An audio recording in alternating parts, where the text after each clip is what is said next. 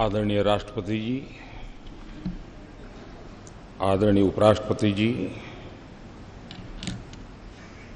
लोकसभा के अध्यक्षा जी, पूर्व प्रधानमंत्री आदरणीय देवेगौड़ा जी, मंत्रिपरिषद के मेरे साथी, सदन के सभी सम्मानित सदस्यगण और विविध क्षेत्र से पधारे हुए सभी वरिष्ठ महानुभाव,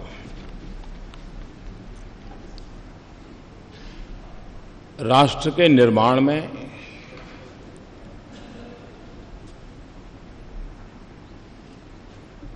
कुछ ऐसे पल आते हैं जिस पल पर हम किसी नए मोड़ पर जाते हैं, नए मुकाम की ओर पहुंचने का प्रयास करते हैं।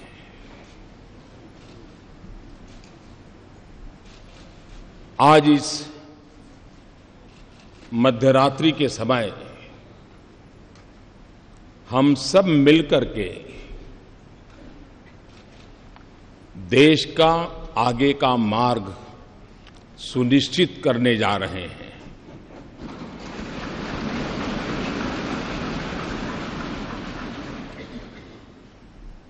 कुछ देर बाद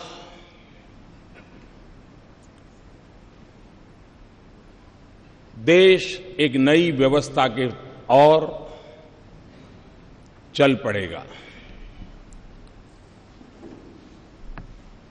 125 करोड़ देशवासी इस ऐतिहासिक घटना के साक्षी हैं। जीएसटी की ये प्रक्रिया ये सिर्फ अर्थव्यवस्था के दायरे तक सीमित है, ऐसा मैं नहीं मानता। पिछले कई वर्षों से अलग अलग महानुभावों के मार्गदर्शन में, नेतृत्व में, अलग अलग टीमों के द्वारा जो प्रक्रियाएं चली हैं, वो एक प्रकार से भारत के लोकतंत्र की, भारत के संघीय ढांचे की, कोऑपरेटिव फेडरलिज्म के हमारे कंसेप्ट की एक बहुत बड़ी मिसाल के रूप में आज ये अवसर हमारा आया है।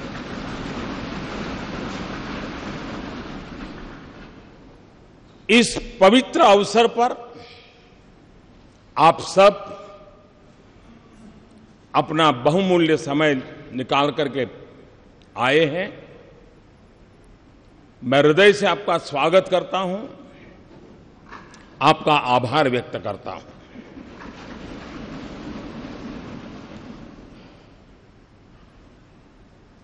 ये जो दिशा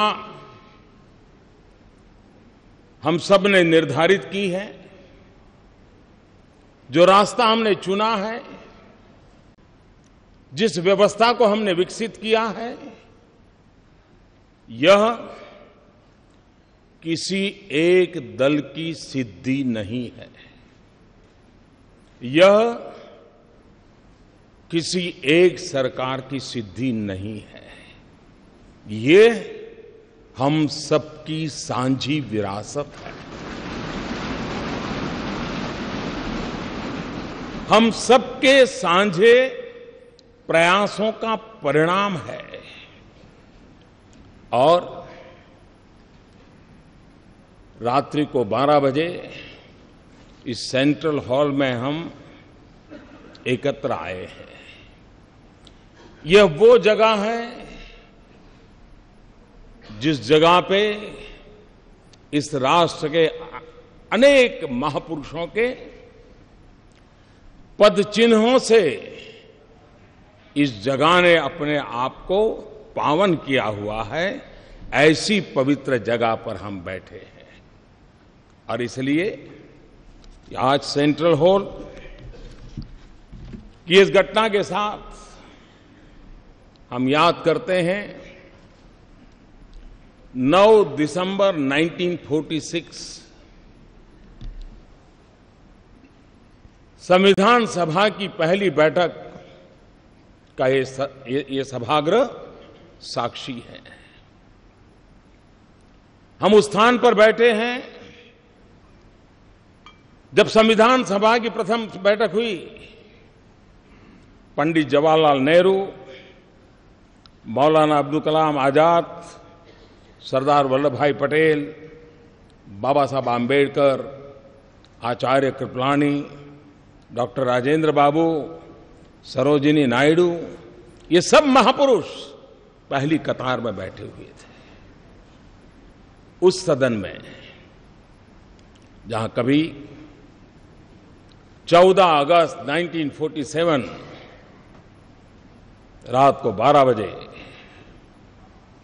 देश की स्वतंत्रता की उस पवित्र महान घटना, ये स्थान उनका साक्ष्य है।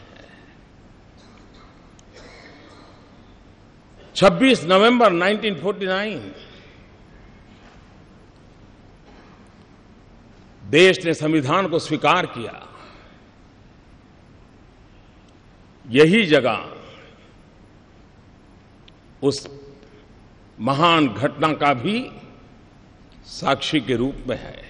और आज वर्षों के बाद एक नई अर्थव्यवस्था के लिए,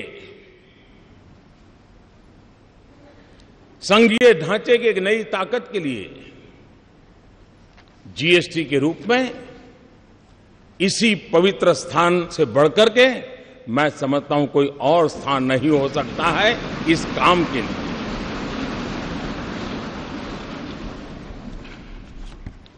संविधान का मंथन 2 साल 11 महीने और 17 दिन तक चला था। हिंदुस्तान के कोने कोने से विद्वत जन उस बहस में हिस्सा लेते थे, वाद विवाद होते थे, राजी नाराजी होती थी, सब मिलकर के बहस करते थे, रास्ते खोजते थे। कभी इस पार कभी उस पार नहीं जा पाए तो बीच का रास्ता खोज करके चलने का प्रयास करते थे। ठीक उसी तरह ये जीएसटी भी एक लंबी विचार प्रक्रिया का परिणाम है। सभी राज्य समान रूप से, केंद्र सरकार उसी की बराबरी में और सालों तक चर्चा की है। संसद में इसके पूर्व के भी सांसदों ने, उसके पूर्व के सांसदों ने लगातार इस पर बहस की है। एक प्रकार से best brains of the country उन्होंने लगातार इस काम को किया है और उसी का परिणाम है कि आज ये जीएसटी को हम साकार रूप में देख सकते हैं। जब संविधान बना तो संविधान ने पूरे देश के नागरिकों को समान अवसर, समान अधिकार, उसके लिए सुनिश्चित व्यवस्था खड़ी करती थी। और आज जीएसटी एक प्रकार से सभी राज्यों के उन मोतियों को एक धागे में परोने का और आर्थिक व्यवस्था के अंदर एक सुचारू व्यवस्था लाने का एक अहम प्रयास है। जीएसटी ये कोऑपरेटिव फेडरलिज्म की एक मिसाल है जो हमें हमेशा हमेशा और अधिक साथ मिलकर चलने की ताकत देगी। जीएसटी ये टीम इंडिया का क्या परिणाम हो सकता है, ये टीम इंडिया की कर्तृत्व शक्ति का, सामर्थ्य का परिचायक है।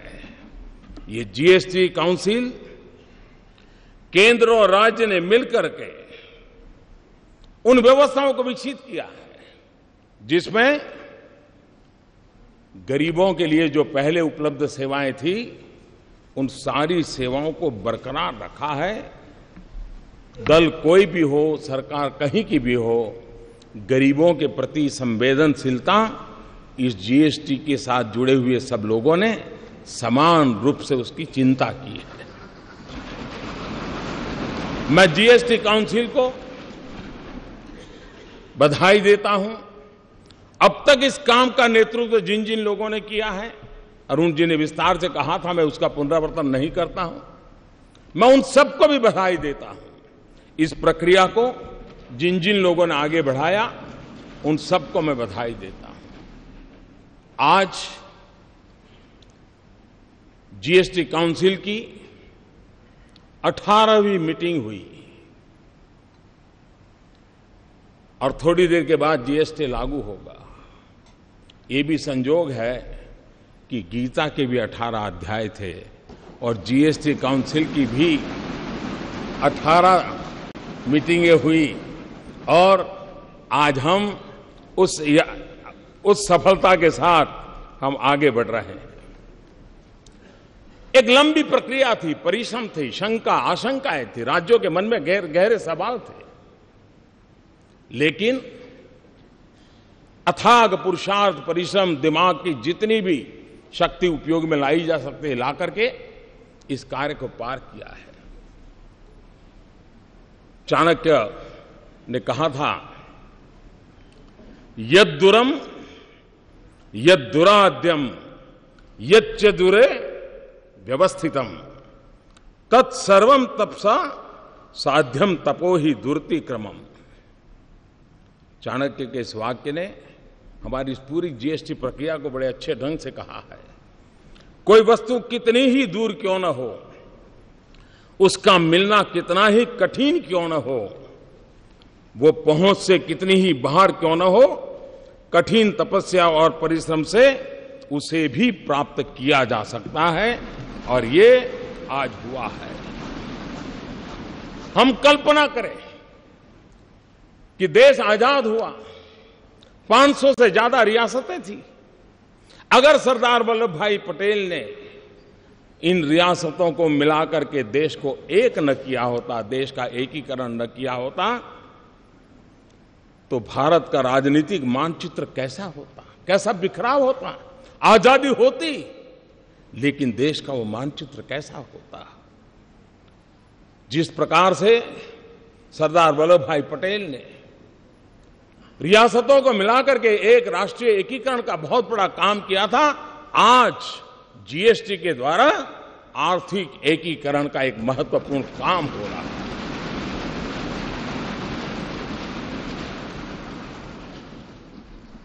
29 राज्य, 7 केंद्र शासित प्रदेश, केंद्र के 7 टैक्स, राज्यों के 8 टैक्स और हर चीजों के अलग अलग टैक्स का हिसाब लगाएं, 500 प्रकार के टैक्स कहीं न कहीं अपना रोल कर रहे थे।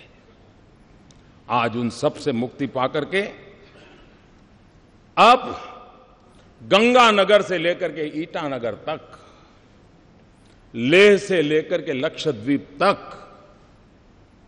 One nation one tax,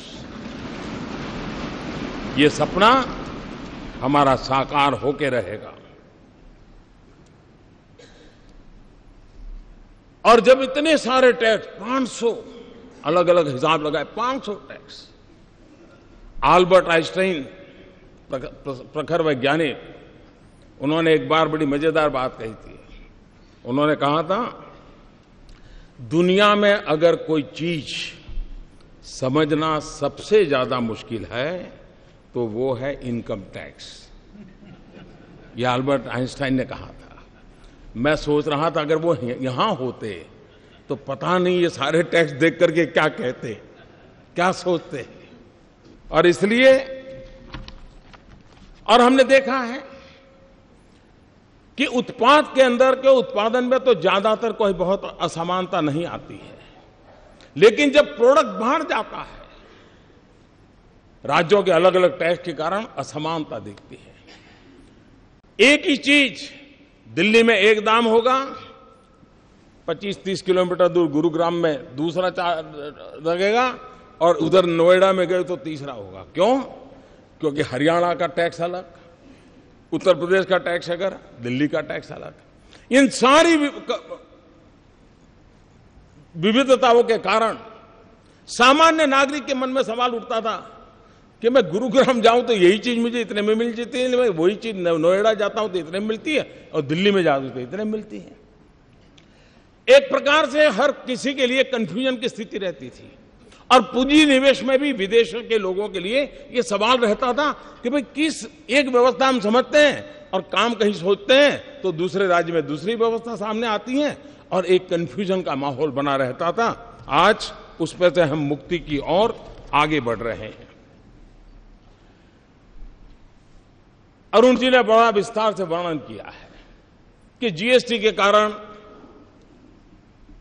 octroi की व्यवस्था हो, एंट्री टैक्स हो, सेल टैक्स हो, वैट हो, न जाने कितनी चीजें, सारा वर्णन उन्होंने विस्तार से किया, सब खत्म हो जाएगा।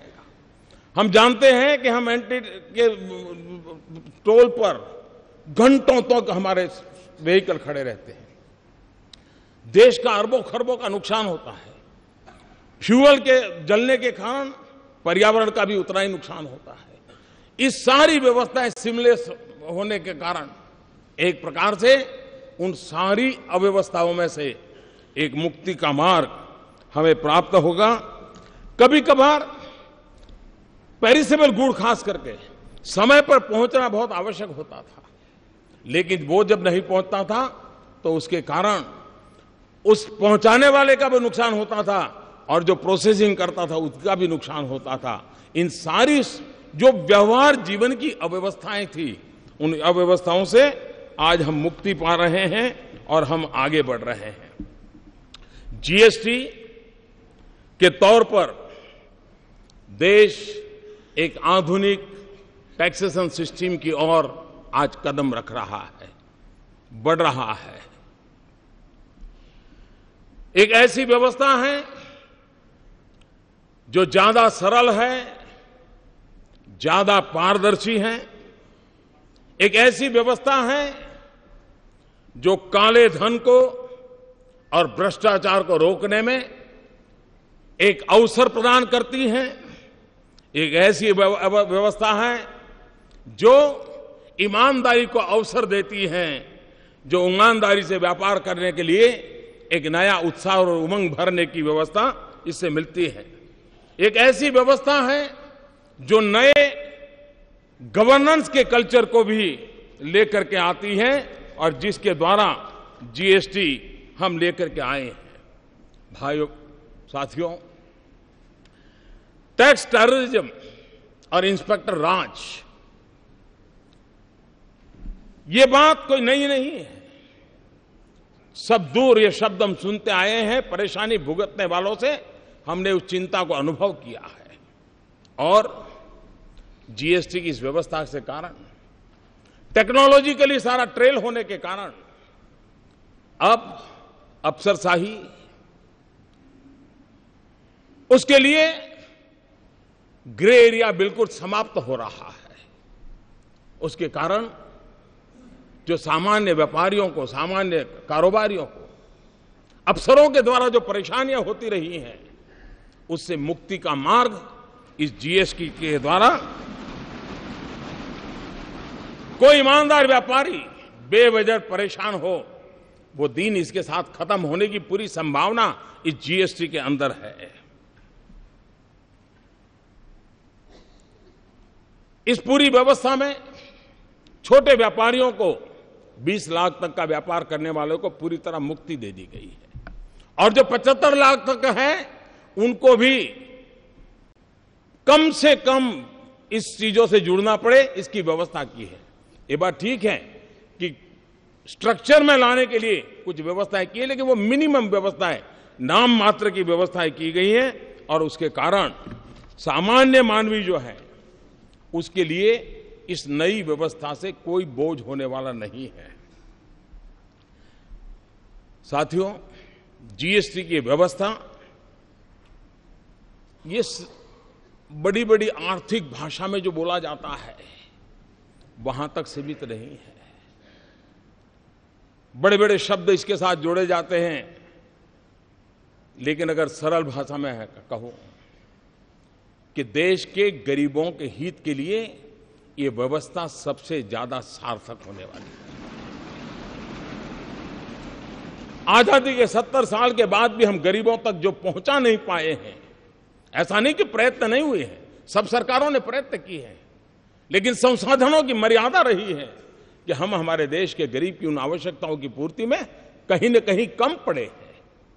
अगर हम संसाधनों को सुव्यवस्थित ढंग से, और बोझ किसी एक पर न जाए, बोझ स्प्रेड हो जाए, हॉरिजॉन्टल जितना हम स्प्रेड करें उतना ही देश को वर्टिकल ले जाने की सुविधा बढ़ती है। और इसलिए उस दिशा में जाने का काम, अब वो कच्चा बिल पक्का बिल ये सारी खेल खत्म हो जाएंगे, बड़ी सरलता हो जाएगी।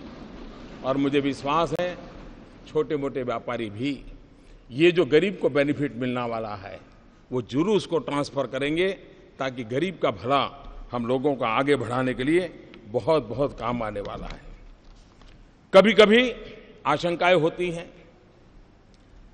कि ये नहीं होगा, डिकना नहीं होगा, फलाना नहीं होगा। और हमारे देश में हम जानते हैं कि जब 10th और 12th के रिजल्ट ऑनलाइन देने की शुरुआत की और एक साथ सब गए जब, तो सारा हैंगअप हो गया और दूसरे दिन खबर यही बन गई कि ऐसा हो गया।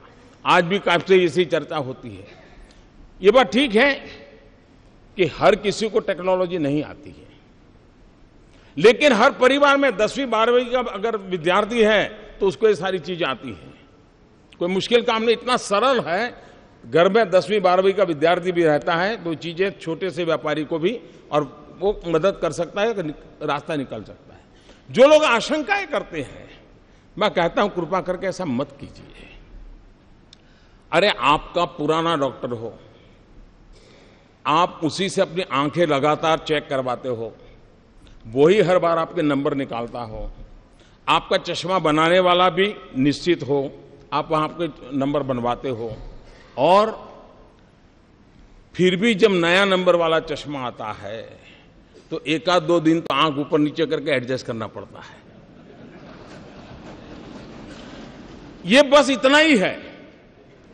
और इसलिए थोड़ा सा हम प्रयास करेंगे, इस व्यवस्था के साथ हम आसानी से जुड़ जाएंगे।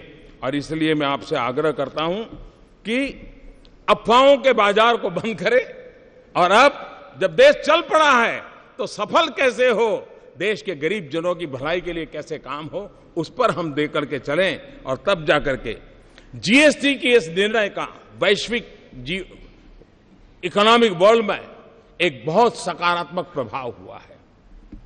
भारत में जो पूंजी निवेश करना चाहते हैं उनके लिए भी एक प्रकार की व्यवस्था बहुत आसानी से वो समझ पाते हैं और उसको चला पाते हैं।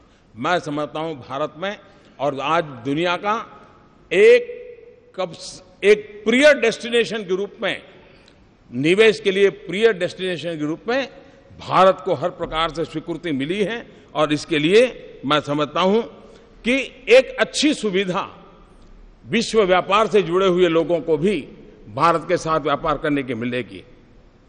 जीएसटी एक ऐसा कैटालिस्ट है जो देश के व्यापार को, उसमें जो असंतुलन है उस असंतुलन को खत्म करेगा।